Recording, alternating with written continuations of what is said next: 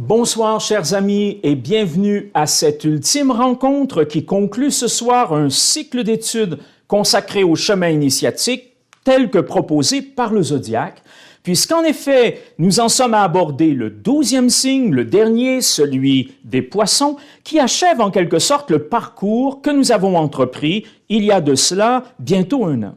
Il me semble utile, pour une dernière fois, de parcourir ensemble ce cercle zodiacal dans sa dimension initiatique, de manière toujours à mieux contextualiser ce que représente le signe que nous allons étudier, le signe des Poissons, qui en est d'une certaine façon l'achèvement, l'accomplissement ultime. Alors, je vous rappelle que le cercle zodiacal, lorsqu'on le considère au niveau de sa dimension initiatique, est d'abord subdivisé en deux hémisphères, un peu comme toute démarche initiatique comporte deux volets.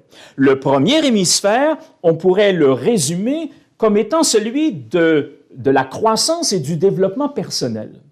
Alors, ce premier hémisphère concerne donc cette dimension de l'initiation, cette dimension elle-même subdivisée en deux quadrants, un premier quadrant dont l'enjeu se résumerait ainsi, rappelez-vous, naissance et développement de soi en tant qu'individu.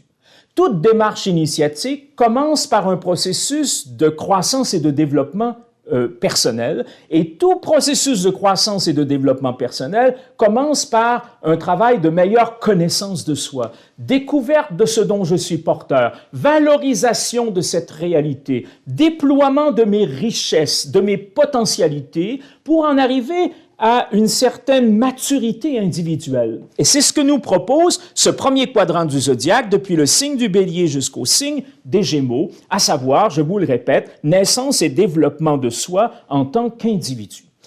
Cela est suivi d'un second quadrant complémentaire, parce qu'il ne suffit pas d'être soi-même. Il ne suffit pas d'avoir connaissance de ce que l'on est et d'avoir déployé nos richesses et nos ressources et d'avoir intégré cela dans un tout cohérent. La croissance et le développement personnel ne s'arrêtent pas là. Il ne s'agit pas d'être un individu mature, il s'agit d'être un individu mature capable de relation, ce qui est la définition de la personne. Et donc, le second quadrant, depuis le signe du Cancer jusqu'au signe de la Vierge, m'enseigne à vivre cette naissance et ce développement de soi en tant que personne, c'est-à-dire en tant qu'individu capable de relation. Voilà pour le premier hémisphère, celui du développement personnel. Ce premier hémisphère est suivi d'un second. Comme dans tout processus initiatique, si tout commence par « connais-toi toi-même », si tout débute par un processus de croissance et de développement personnel, tout cela nous conduit vers une expérience qui pourrait se résumer ainsi, l'éveil spirituel. Toute démarche initiatique comporte un volet de croissance personnelle, un volet d'éveil spirituel. Et dans cette dynamique de l'éveil spirituel, on retrouvera au sein du zodiaque deux quadrants. Un premier quadrant, depuis le signe de la Balance jusqu'au signe du Sagittaire, dont l'enjeu pourrait être résumé ainsi. Dépassement de soi et transcendance dans la relation à l'autre. Parce que cette expérience de l'éveil spirituel est essentiellement une expérience de dépassement de soi et de transcendance. Il ne suffit pas d'être soi-même. Premier quadrant de la croissance personnelle. Il ne suffit pas d'être capable d'entrer en relation avec l'autre. Second quadrant de la croissance personnelle. Il s'agit également de vivre une expérience de dépassement et de transcendance de ce que l'on est dans notre finitude, dans nos limitations. Et cela est l'enjeu de l'éveil spirituel dans un premier temps, grâce à la relation à l'autre, c'est ce qu'incarne le premier quadrant. Ce premier quadrant est suivi d'un quadrant complémentaire qui parachève cette expérience de dépassement de soi et de transcendance, cette fois-ci dans la relation au tout autre. Traditionnellement, le tout autre, c'est la source de toute vie et de toute existence. C'est aussi, on l'a vu en travaillant le signe du Verseau, c'est aussi l'univers, c'est aussi le cosmos, c'est aussi tout ce qui constitue cet univers dans lequel nous évoluons. Donc, dépassement de soi et transcendance dans la relation au cosmique. et dans la relation à la source de toute vie et de toute existence. Voilà l'enjeu plus spécifique de ce troisième quadrant qui s'est amorcé avec l'expérience du Capricorne, rappelez-vous, qui s'est poursuivi par une intégration de cette impulsion donnée par le Capricorne dans le signe du Verseau et qui va maintenant, ce soir, s'achever dans l'expérience associée au signe des Poissons. Un achèvement du quatrième quadrant, un achèvement du second hémisphère, un achèvement du cercle zodiacal dans sa globalité. C'est vous dire que notre rencontre de ce soir est d'une extrême importance puisque nous allons toucher l'ultime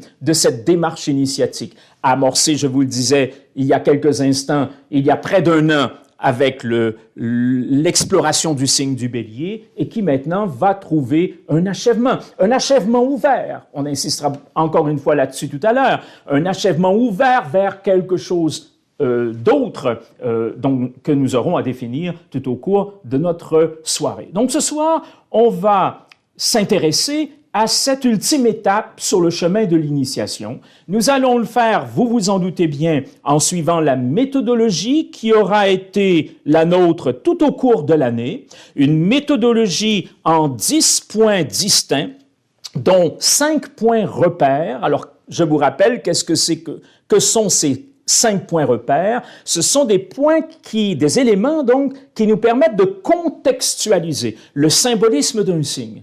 Car chacun des signes correspond à des univers symboliques extrêmement vastes. Comment les contextualiser de manière à bien les situer au sein du parcours initiatique, dans l'étape particulière qu'ils occupent à l'intérieur de ce parcours initiatique. Les 5 points repères nous permettent de le faire. Les 5 points repères nous donnent des éléments, encore une fois, qui nous permettent de mieux situer ce qui est notre intérêt majeur dans l'étude des signes du zodiaque, les enjeux psychologiques et les enjeux spirituels associés à ces signes. Or, vous vous souviendrez que le premier point repère correspond à une pensée semence ou à un énoncé synthèse. Cette pensée semence, cet énoncé synthèse, nous guide tout au cours de notre étude. Ce premier élément de contextualisation s'est avéré toujours, dans toutes les analyses que nous avons faites jusqu'à maintenant, extrêmement important. C'est un élément clé. Je vous le répète, il revient continuellement. Il revient de manière incessante dans notre analyse d'un signe et il nous guide, il nous éclaire, il nous oriente dans une certaine lecture du symbolisme associé au signe. Alors, d'où viennent ces pensées semences, ces énoncés synthèses? Je vous rappelle que nous les retrouvons dans Basile et Sophia de Paul Adam. Paul Adam était un membre de l'OKRC. L'OKRC, c'est l'ordre kabbalistique de la Rose-Croix. La première mouture, celle de Gaïta, de Papus, donc il était un des membres de cet ordre. On retrouve donc dans son ouvrage Basile et Sophia l'énoncé de ces 12 énoncés synthèse. On les retrouve également, c'est la référence que je vous donne toujours, dans l'Introitus de l'ordination des clercs de l'Église gnostique apostolique qui reprend ces 12 énoncés synthèse en les associant aux 12 pierres de la Jérusalem céleste. Mais nous le savons maintenant, ces 12 pierres de la Jérusalem céleste sont en lien très étroit avec les 12 signes du zodiaque, ce qui fait que ce qui qualifie l'une des 12 pierres qualifie également le signe zodiacal correspondant. Or, en ce qui concerne le signe des Poissons, la pierre qui lui correspond, l'améthyste, l'énoncé se formule comme suit. La 12e est d'améthyste, laquelle luit comme le jus de la vigne. Quel est l'élément clé de cet énoncé? C'est bien évidemment la lueur de ce jus de la vigne. C'est plus encore simplement ce jus de la vigne qui nous ouvre évidemment un univers de sens immensément riche, auquel nous pourrions d'ailleurs facilement consacrer toute notre soirée, et nous n'aurions pas perdu notre temps parce que cet univers de la vigne, cet univers du jus de la vigne, c'est-à-dire du vin, est un élément central dans la pensée des anciens, bien sûr dans la tradition judéo-chrétienne qui nous intéressera tout particulièrement ce soir parce que nous faisons une lecture des signes du zodiaque à travers la Kabbale judéo-chrétienne, donc à travers ses repères culturels et de ses repères initiatiques, pas seulement culturels mais initiatiques, mais c'est, j'insiste là-dessus, l'univers de la vigne, l'univers du vin,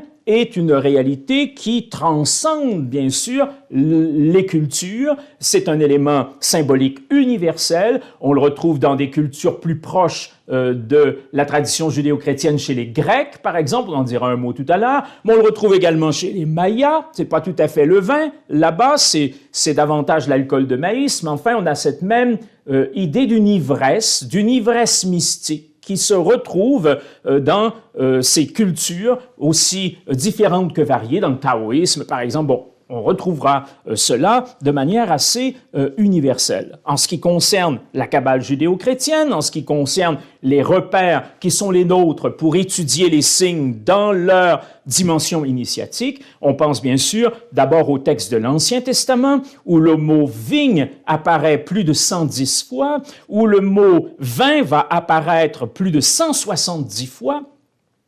Et là, donc, ces occurrences, elles ne sont pas seulement nombreuses, elles sont aussi particulièrement significatives. C'est-à-dire que ce ne sont pas des mots, la vigne, le vin, qui apparaissent dans des contextes qui relèveraient d'un univers banal. Ce sont des occurrences qui sont au cœur de certains grands mystères, qui ont un univers de sens extrêmement important. Ce sera repris plus tard dans le Nouveau Testament, où il y a plus de 20 occurrences du mot vigne et 19 occurrences du mot vin. D'ailleurs, la vigne, le vin, ont toujours été très étroitement liés à la spiritualité. C'est un peu normal, c'est l'achèvement même de cet hémisphère correspondant à l'éveil spirituel. Ce sont des réalités qui sont étroitement associées au spirituel, comme le montre notamment un livre qui s'intitule, et son titre est très éloquent, « Esprit du vin, esprit divin ». Un livre auquel plusieurs chercheurs de l'UNIL ont collaboré et où il y a donc une présentation sous différents angles de ce que représente précisément la vigne et le vin dans l'univers de la spiritualité. Il faut bien mentionner qu'il existe une certaine ambiguïté qui entoure le vin et la vigne. On la retrouve de manière assez explicite déjà dans les premiers récits de l'Ancien Testament, déjà dans le récit de la Genèse, où Noé s'enivre peu après le déluge, dans un contexte qui est très clairement identifié à une expérience négative. On a aussi le récit où les deux filles de Lot vont saouler leur père pour tomber enceinte de lui. On est encore dans un contexte où on ne peut pas où une ambiguïté accompagne l'expérience de l'ivresse. On a enfin des prescriptions dans le Lévitique, on a des allusions dans le livre d'Ézéchiel, où il y a par exemple une interdiction aux prêtres de consommer de l'alcool. On ne va pas explorer cette ambiguïté dans tous ses détails. Je vous l'ai dit tout à l'heure, on pourrait passer la soirée à explorer cet univers et y trouver des clés tout à fait fascinantes, mais on doit se limiter. C'est le premier point repère de notre étude sur le signe des poissons. Par contre, je vous envoie un article complémentaire à l'issue de notre rencontre de ce soir. C'est un article rédigé par Margarida Pigna. Il s'intitule « Représentation biblique de la vigne et du vin, bénédiction divine ou faute humaine ». Et d'ailleurs, elle introduit son texte de manière admirable par ces mots tirés du Cantique des Cantiques, c'est au chapitre 2, c'est au verset 4, « Introduisez-moi dans la maison du vin ».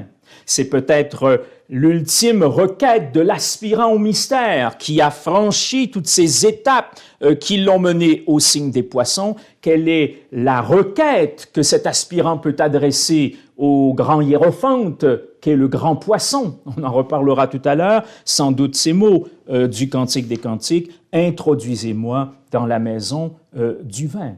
Lorsqu'il y a ambiguïté, lorsqu'il y a interdit, il ne s'agit jamais d'une prohibition totale. Ce n'est pas le vin qui est condamné, mais la perte de contrôle de soi provoquée par l'ivresse ou l'usage profane que l'on fait de cette ivresse, alors qu'à l'inverse, le jus de la vigne est source de joie et d'une joie qui permet un dépassement de soi, une transcendance dans tous les autres contextes. Je pense à des affirmations bibliques extrêmement éclairantes à cet égard. Par exemple, ce passage du psaume 104, c'est au verset 15, où le psalmiste loue le vin, je le cite, le vin qui réjouit le cœur de l'homme.